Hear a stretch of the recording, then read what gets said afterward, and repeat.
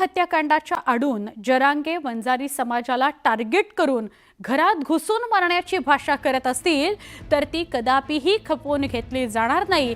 हे जातीय मोर्चे थांबले नाहीत तर ओबीसी बांधव देखील प्रति मोर्चे काढतील असा इशारा दिलाय ओबीसी नेते लक्ष्मण हाके यांनी।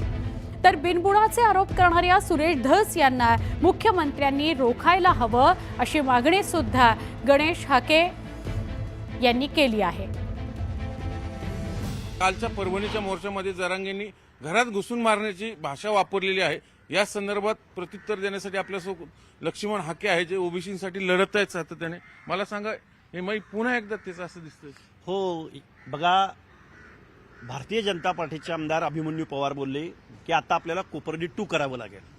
हे ठरलेलं आहे, हा लिखित कार्यक्रम आहे आणि वैफल्यग्रस्ततेमधून हे मोर्चे निघतायत असं मला वाटतंय।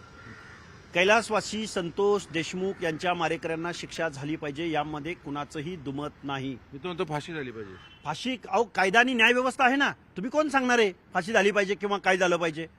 इथली न्यायव्यवस्था आहे, भारताची सक्षम न्यायव्यवस्था आहे आणि ती शिक्षा देणारी आहे।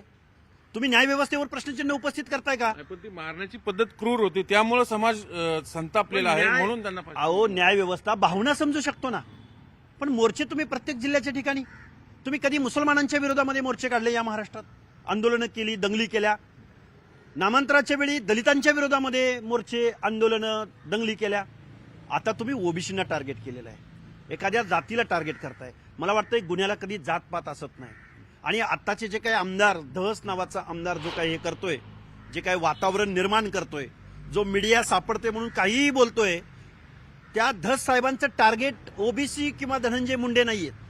त्या धस नावाच्या माणसाचं टार्गेट या महाराष्ट्राचे मुख्यमंत्री आणि पर्यायानं गृहमंत्री टार्गेट आहेत, कारण ते कायदा सुव्यवस्थेबद्दल प्रश्नचिन्ह उपस्थित करतायत। घरात घुसून मारण्याची भाषा होते, म्हणजे तुम्ही किती हाय किती वगैरे हाय की, हे कुठं चाललंय? हे जे वक्तव्य आहे हे धनंजय मुंडेंच्या विरोधामधलं आम्ही मानत नाही।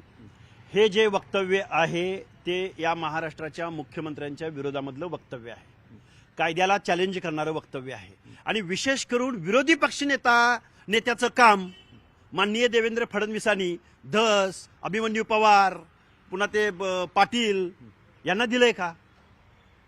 काय चाललंय नक्की महाराष्ट्रामध्ये? यांच्याच पक्षाच्या मुख्यमंत्र्यावर यांचा विश्वास नाही धसांचा। व्हिडिओ जर्नलिस्ट गणेश कदमसह चंद्रकांत फुंदे, न्यूज 18 लोकमत, पुणे।